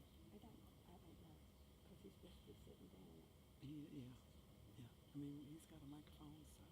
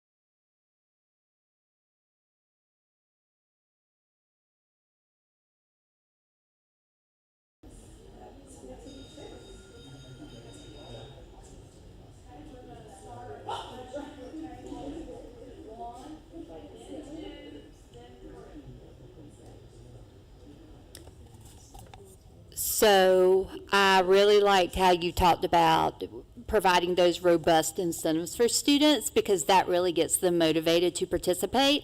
I like when you don't have enough interventionists that there are other avenues you can look at, and that is with Ignite Tutors. So I wonder a little bit about Ignite Tutors.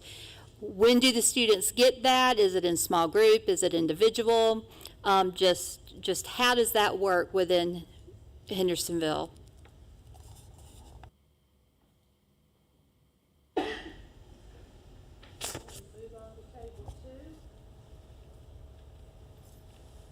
I like how you mentioned the Bubble Kids are a part of the Ignite Tutors. I think that's important to help those kids that are right there close to the edge.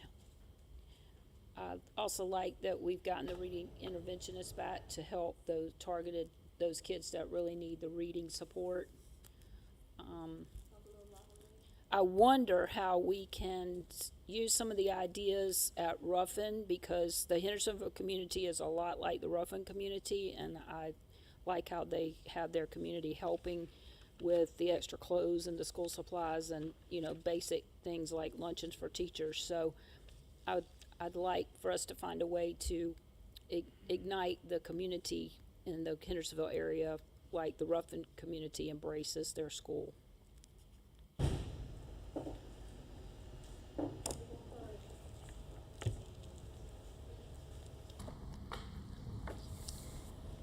Okay, so we liked your principal message in the morning and setting the tone. We're real big on incentives, so incentivize. We like the iReady posters. And one of the things that we wondered was what your team building activities for all may look like. Team building activities for all students. You said students. Did you mention students? Did you put students and adults in there or just students? I couldn't hear that part. All right, Yes. so to the Ignite piece, so Ignite takes place, we have a school-wide focus block time from 12:40 to 1:10. So while the students that we were very strategic in selecting the children who are going to get the Ignite, so they leave the classroom and there are about 3 or 4 designated areas throughout the building that they get this intervention, while simultaneously the children that stay inside the class, they are on their iReady pathways, and while simultaneously also working in a small group with their teacher, having data conferences, those kinds of things. Ignite is going okay. Most of the fellows that we partner with are not certified teachers. They're either working on their current teaching degree, or some of them may be teachers already, or they may have degrees in other things. So while I wish that we had 100% of certified teachers, I think that the individuals that we have, they're doing the best that they can, and we're seeing some positive things that come from that. But Ignite takes place during our school-wide focus block time. Reuniting the community, I totally agree. I heard that, Ms. Parker was talking about class and this one and class of this one that provides support to Bells. One thing that I can say is the few community members that do provide support to Hendersonville, even though they're small in number, they provide immense support to our school. Pastor Val, I should have shouted her out too when I was at the podium. But she brings so many clothing items, uniforms, shoes, all kinds of things for our students. So while our community participation is low, the participation that we do have brings about immense support. Team building, we do have a new guidance counselor this year, and we wanted to change the focus of our guidance program. So we're really big on guidance groups in all different areas, meeting the needs of our students. Our Ms. Vaughn, who is our guidance counselor, she's really big on looking at Review 360, Educator's Handbook, which is of course the discipline program that we use, and being strategic with pinpointing, okay, these kids have earned a referral in this area. We need to have a guidance group within that. So it's not so much from a holistic point of view, but we really charge Ms. Vaughn with facilitating guidance lessons, guidance groups, pushing into the class consistently, which that takes up most of her day every single day, in providing that support. So we're excited about that.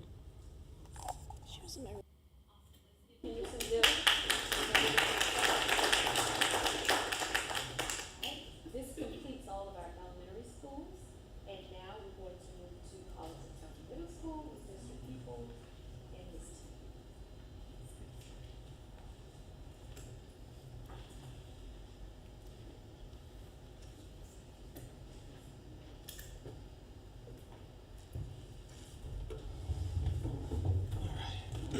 Good evening. For the middle school, our overarching goal is that we want to increase from 30 points on the school report card to 47, moving from a below average rating to an average rating. For our inequity goal, we want to close the achievement gap between disabled and non-disabled subgroups by 10%. Some of the strategies that we're going to use to help achieve that goal is currently our ELA math teachers, exceptional learning teachers, administrators will participate in ongoing professional learning on the inclusionary model. So currently at the middle school, we have 6 inclusion classes. 3 are ELA, 3 are math, and our SPED teachers go into the general ed classrooms to assist and provide support to students while they remain in the general education setting. So all of our core teachers and our SPED teachers who work in this model have received and are receiving ongoing training on the district level to ensure high quality implementation. I also require the leadership team to go in and conduct observations and to provide feedback to our instructors to help support this model. For strategy 1, provide intense intervention and acceleration strategies. One of the things we do at the middle school, we implement writing across the curriculum, which is used to support language arts instruction and analyze text-dependent responses. All core subjects will implement a text-dependent writing project for each quarter to help support literacy instruction. We utilize SC Ready rubric when providing feedback to students. Each writing assignment is directly tied into a field trip that supports student participation in the writing project, and it helps connect their writing to real-world experiences. This way, all teachers are helping to support literacy, and students would have lots of practice writing TDAs prior to SC Ready testing. CCMS will explore intervention opportunities such as Saturday school and our after-school GAP program. I'm in constant communication with our after-school director to make sure that the programs, the goals of the after-school program are directly related to the goals of the school.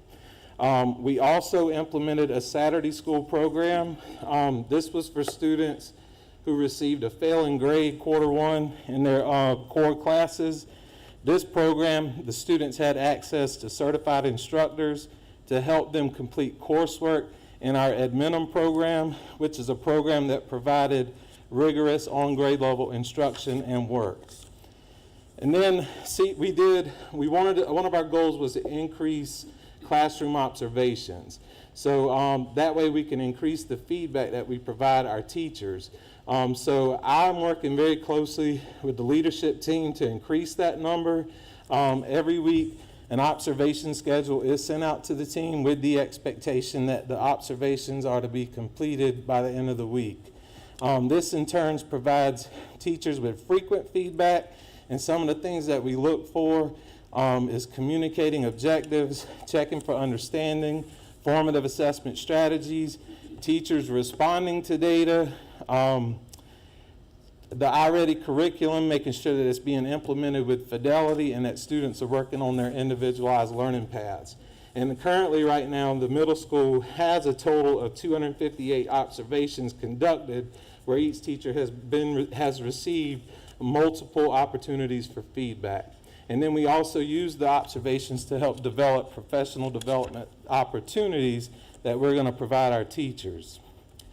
Strategy 2 was to provide robust stakeholder engagement.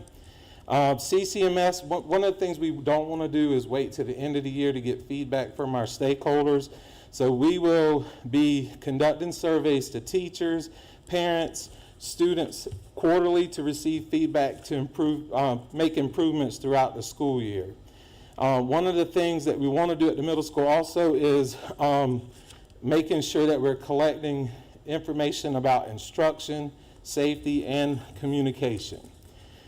We also, the district did a principal for a day recently, and it was a big success at the middle school. We got a lot of good feedback from our people that participated with us. So we want to do that again and more frequently and start inviting more people in the community to serve as principal for a day. So we're currently working on getting more members to participate in principal for a day to see what's going on at the middle school. And then we want to increase the participation of parents and community members in academic, athletic, and other student recognition opportunities. We want to increase and showcase events where we highlight our students' accomplishments more throughout the year. And then strategy 3, increase the climate and school culture at the school. CCMS, we want to create a committee to include individuals from all areas such as the School Improvement Council, parents, students, administration, PBSS, guidance, office staff, custodial staff, nutrition, to implement strategies to increase school culture and positive student relationships. Some of the things that we're currently doing at the middle school, we are constantly celebrating students. We've done 2 big PBIS events to celebrate students with no referrals. We've done iReady incentives, pizza parties, things like that that motivate and encourage positive behavior in academics. For staff, we've currently done shout outs for teachers who turn lesson plans in on time. We reward teachers for participating in professional development. We rewarded grade levels for teachers who had 100% attendance in PLCs. We partnered with our local movie theater and bowling alley to create events for our students. So we're really trying to work on increasing the climate and culture in the building. So we're hoping that the committee will help us come up with new ways to keep that going. CCMS will increase the quantity of field trips and field experiences. Our goal is to provide, we want to do 1 field trip per quarter, and that's currently what we have in place. In addition to that, other experiences that other departments are doing in the building, such as college tours or business tours. And then we want to increase the number of student recognition opportunities, such as honor roll and other achievements. So we want to start holding a quarterly awards day instead of just doing it at the end of the semester. So that's for the middle school. All right, 2 minutes, table discussion.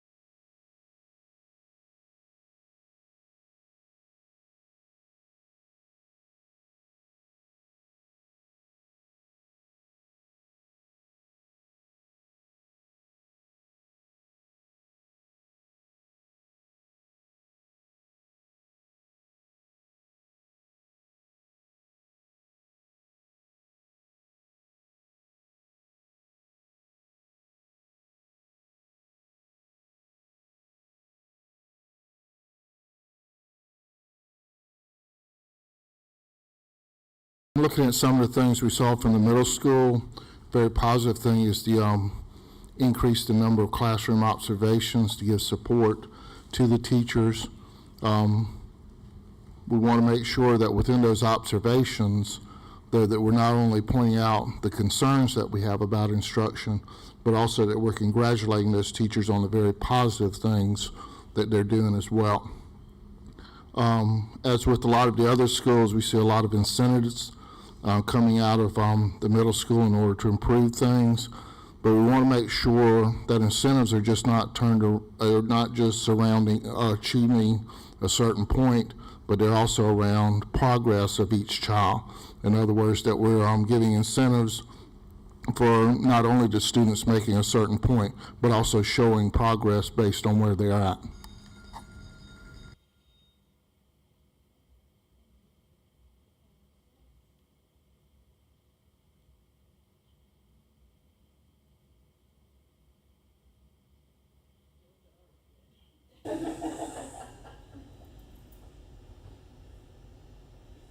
I like that you have an observation schedule, and you're sending in your administrative team, so you're getting everybody on board, and you have specifics, things that you're looking for when you enter the classroom for observations.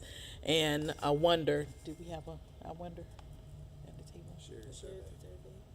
Oh, your survey, is it one that you created, or where can we locate that? Because we all want to take a look at what that survey looks like.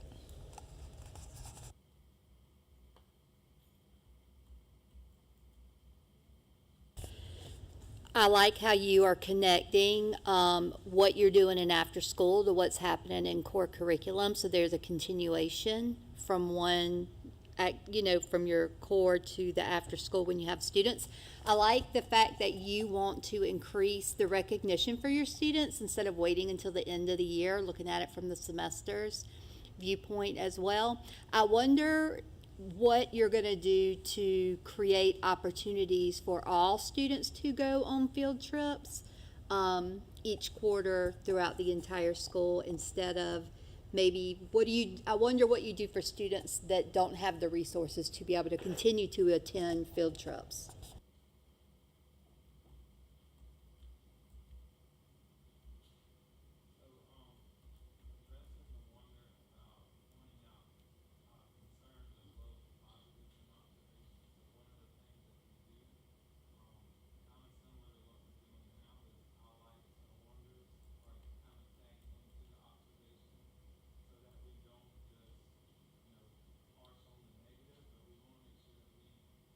Recognizing what teachers are doing right, but also offering suggestions to teachers that where it doesn't seem like we're just attacking them, but that we are, in this work together. So we do that with our observations. The opportunities for all students to go on field trips, that was definitely something that we have been talking about. One of the things that we do have right now is we partnered with Gear Up so that all of our 8th grade field trips are free to those students. We definitely do need to come up with a plan for 6th and 7th grade, as well as a plan for all 3 grade levels next year once Gear Up leaves us and goes directly to the high school. But that is something that we do have to consider moving forward. How the concern about surveys, I'm going to let my assistant principal answer that, because she's in charge of surveys at our school. The surveys are parent, student, and teachers, so they're broken up. There's an AP in charge of each one, and we use the school report card questions to kind of guide us, but we created it ourselves, and then and it's sent out through school email, and then our parent one was shared on Class Dojo, Facebook, and I think it was attached to the school, to our student report card, so that they can log in. But we just use the questions that are kind of school report card to guide us. Let us give Carlton County Middle School. Thank you, Mr. Peoples, and his team. Thank you so very much. Now, I just want to thank you all for your patience and your engagement in this process. You've been very just supportive in listening to our principals, and we have one last principal. Last but not least, we're going to call our high school principal, Ms. Eureka Bodison, here.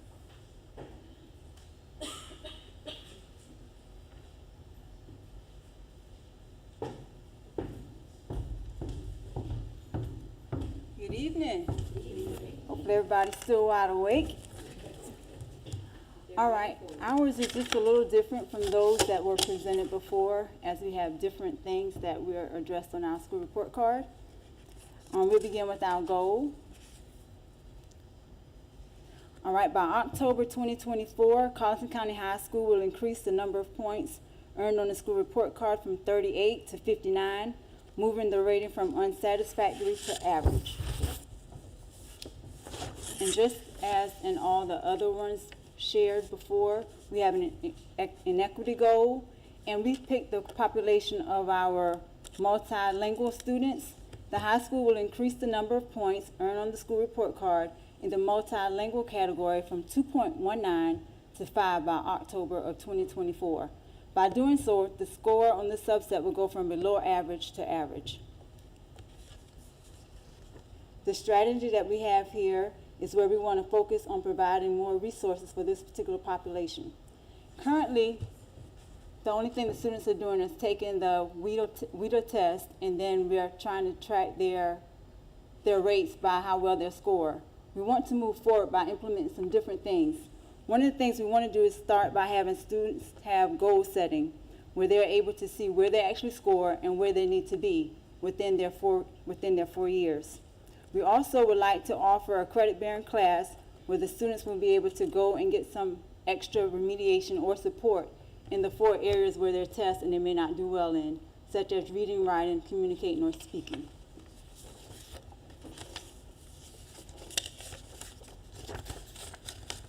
All right, for our strategy 1, is provide intensive intervention and acceleration strategies. And this is where you will see the difference from the elementary and middle versus the high school. With the high school, we have basically 3 areas on our report card, or our indicators, where this area will really be impactful. Our goal here is we will implement an aggressive on-track to graduation initiative using the following models that we have here. Rather than going by them step by step here, I'm going to give us the 3 particular areas that we're going to be looking at. And one of those areas for us is the EOC, and another is the graduation rate, and then we have college and career ready. But we're going to focus on EOC first. One of the things that we want to do here for our students is provide more exam workshops for the students who are enrolled in EOC courses. One of the things we did today was maybe have someone come in to kick off our math blitz for our students taking an EOC in Algebra 1, which will begin next week. Also for these students, what we're trying to do is track how they're doing at their end of the year, not end of the year, but let's just say the interim, and then the end of the 9 weeks to track to see how the students are doing and what extra support we may need to provide for them before the course is over in order to give them the support that they need in order to get the score for the EOC. The next thing that is very hot for the high school is our graduation rate. The students need to be on track for graduation. This is something that we're hearing a whole lot this year. In order for the students to be on track, they have to have had the number of courses for that particular grade level in math as well as in English. What we're trying to do now is track where those students are, where they're passing and failing for the interim, so that they won't get to that mark at the quarter without having the support that was needed. One of the things that we're doing now is providing after-school support with the students where they're getting some tutors, and also we have like an on-track for graduation, a Twilight program, as well as the cap and gown program.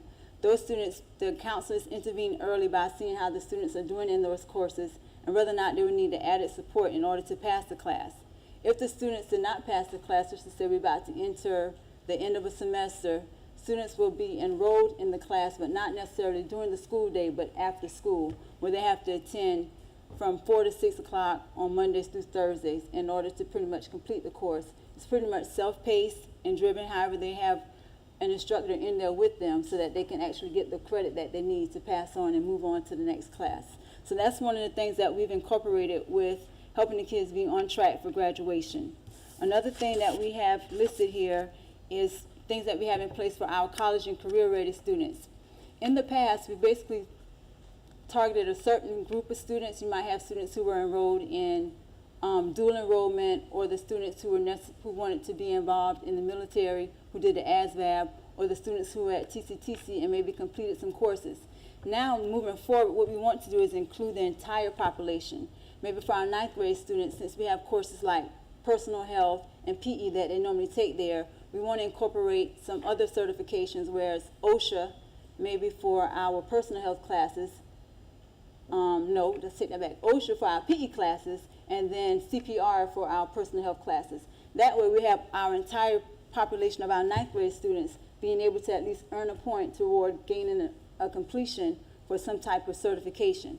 For our 10th grade, rather than just targeting our students who are interested in the military, We want them to basically gain a better understanding of the ASVAB and how it can actually help them relate to their career or help them.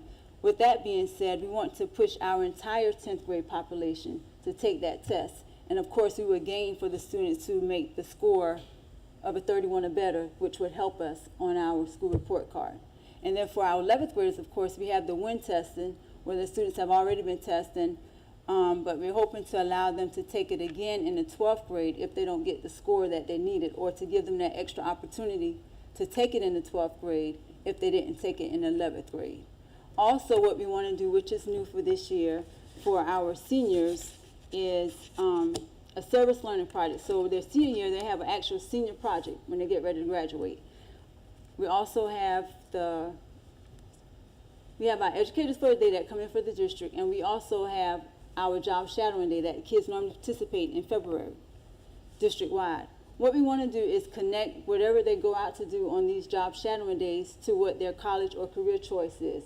That way, they would have earned like some service learning hours where they can actually use these toward work-based if they're able to get a total of 40 hours. But we want it to connect to whatever that thing is, that chosen path that the students want to do.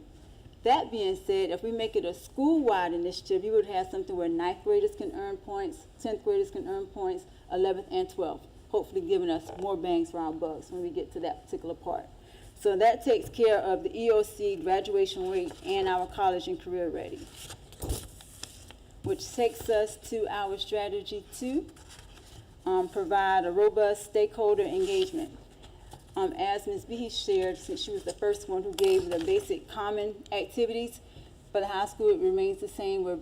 Basically what we're doing now is making sure that we share out with the community what we're doing, and then have our monthly feedback on where we are with our progress with our turnaround goals. But for the school itself, we have some that are related to the schools. And some of the ones that we want to do is basically to incorporate more parental involvement. CCHS will provide parents with workshops to increase awareness on attendance and graduation requirements.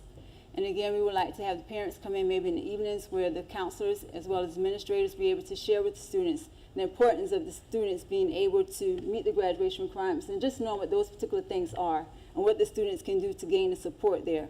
We would also like to increase opportunities for outside agencies to partner with school for social and emotional well-being initiatives, because a lot of times, well, it doesn't just start in high school, but students are exposed to a lot of things and they're impacted by a lot that parents don't always understand or recognize. So being able to have people from the outside agencies to come in and share some of these things with the parents, at least they'll be more on board as to what's going on and able to pick up some of the signs. Like one of the issues that you know is trending now is maybe like vaping, or just so the students will know, when parents will know when their students may be doing such things or when they might need to seek some type of outside help. The last one we have here is CCHS will publish quarterly newsletter via social media sites, email listservs, and district websites. So what we want to do now is make sure we make more of an effort to push out more positive press and just keep them abreast of everything that's going on at the school, so parents can also just be aware not of just what's going on in the schools, but also the important things that's coming up with their students and how they can actually add more support and add more assistance to their students. And the final one is increase the climate and culture of the school. What we're doing now, currently we have 5 PBSS. We have 1 per grade level, then we have 1 to assist with some of our virtual teachers and staff.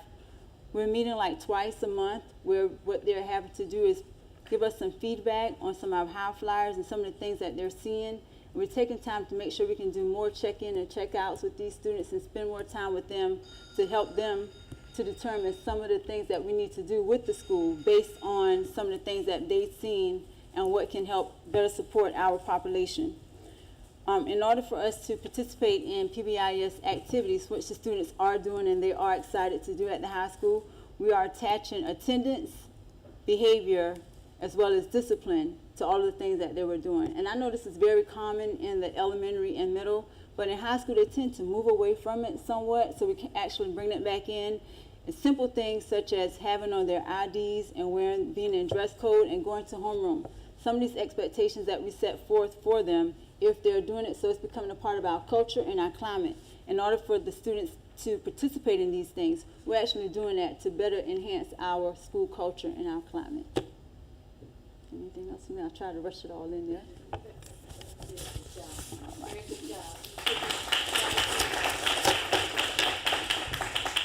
right, 2 minutes, table discussion.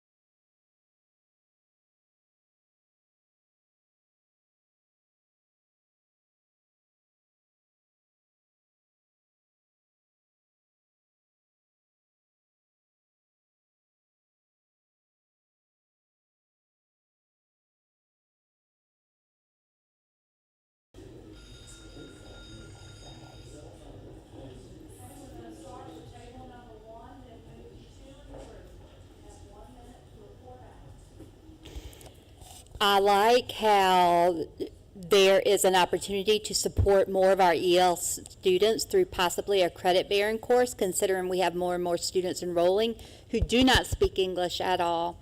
I like how you have a grade level focus for the different grade levels moving forward.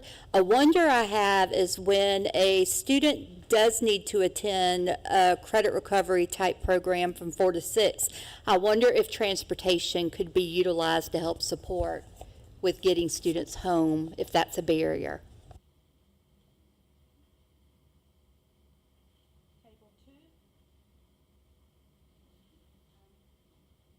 I also recognize the EL for students. One of my biggest pet peeve is even when we're bringing, and I may go off a little, Teachers of America and the breakthrough of communication. And so with you having that opportunity to combine and get the opportunity for the student that is needing, I think is great. I also like the point where you talk about testing, CPR. You know, it may sound small for some, but I think it encouraged students to get more involved. I like that. I like the fact that you're starting at the 9th grade, preparing them, because sometimes we talk with students that is about to graduate from high school, and it's like, what are you going to do? You know, and they have no earthly idea what they want to do. So I feel that if you're starting at the 9th grade and working it up, starting even from middle school and going to that process, I think is an excellent idea. We really liked the credit recovery system y'all were using and the senior project idea, because a lot of us did that through our school careers. And then your goal setting and your parent workshops you have set up. And our wonder, would it be possible to maybe team up with some of us outlier schools and do a parent workshop together, because, you know, our people kind of come to our school more so than they come into town. Maybe that's something we could all work on together.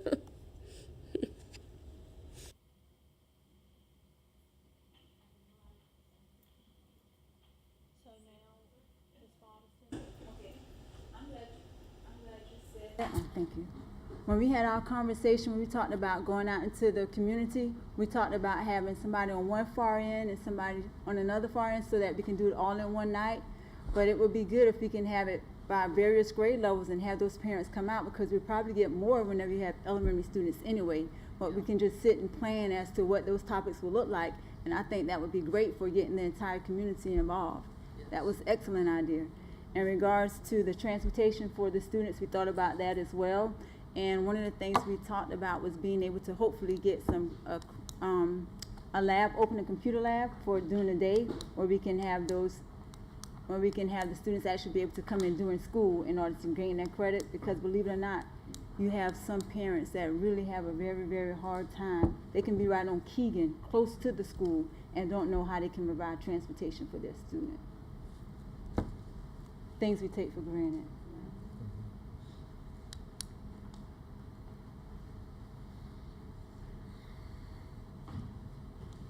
All right, let's give Ms. Bodison a round of applause. And I want to say in my closing, I really, really, really think that this was a great night. It was wonderful. Principals, you all did a marvelous job. And if you would, please give our principals another round of applause. You know, you can breathe now. But you really did a great job. Before I close, I want to thank those persons who are not a part of the school district for being here. If you're not a school district employee or you've retired from the school district, would you just please stand just so we can recognize you.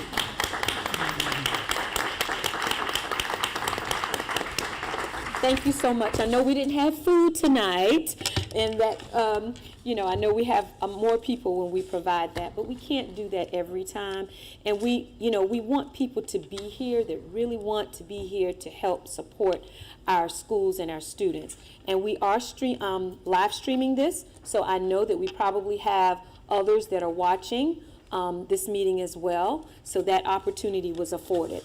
But before I close, I just wanted to say that principals, as you sat and you listened to the different plans from the schools, and everybody's plan is great. I thank the district level team, and raise your hands, because they really supported our principals in getting this work done. Don't be shy, raise your hand. You did a lot of work. I mean, we communicated over the weekend. So thank you all so very much. But I just want to say that there are certain non-negotiables. If it's not in your plan, you need to make sure it gets in your plan if it's not in there. But remember, observations are a non-negotiable. Observations are a non-negotiable. Research tells us that the greatest indicator of student success is the teacher in the classroom. And we want to support our teachers. We don't want our teachers to think that we're in their classrooms because we want to micromanage them, or we want to give them, you know, not give them good positive feedback. You give the positives, and then you give those opportunities for success. You give the positives, and then you give those opportunities for success, okay? So if that's not in your plan, then you might want to consider placing that in your plan. Another thing that you may want to consider is making sure there's robust small group instruction occurring in your school. Robust small group instruction should be occurring in your school. I also want to remind you that you have support with our community. Our community came out at the November 6th meeting. We also had Educator for a Day, where we had different businesses and organizations here, and they said that they were here to support you. So if you need that extra support from businesses, stakeholders, community organizations, make sure you reach out to your community partners. Make sure you do that, because we can't do this work alone. I believe we can do this work. I believe that in my heart and my soul. And we have awesome plans, but plans are not as good we've got to implement the plans. We can have the plans on paper, but if we're not implementing the plans are not going to do us any good. So let's remember, even if you have to come up with some type of matrix that you list like we do for our strategic plan, and you list those particular goals and strategies, and you can check it off. I've done this, or I've done this on this particular date, something to help you monitor the success of your plan. Because, as you remember, we must, per the State Department, give updates to our school board. So starting in January, we're going to start updating our school board on the progress of our plans, okay? And I'll be calling on some of you to, present at our meetings, letting our board know how we're progressing towards our plan. We don't have a lot of time. We don't. But we can do this work. We can do this work supporting each other. We can do this work. So the next steps include a review of the feedback that was given tonight. And then principals, you will make any adjustments to your plan as deemed necessary. And that needs to be done very quickly because we always send information to the board on Thursdays. So by this Thursday, we want all of our plans to be complete and ready because we're going to send those plans to our board. They're going to review those plans and potentially approve the plans at the December 12th board meeting, which is next week. That's why we're doing this, and there's so much to do in such a short period of time. And then remember, we have to submit those plans to the State Department by January 15th, okay? But I believe we can do this, and I just want to say this last thing. This work is not for the faint in heart. It's not. It's a lot of work.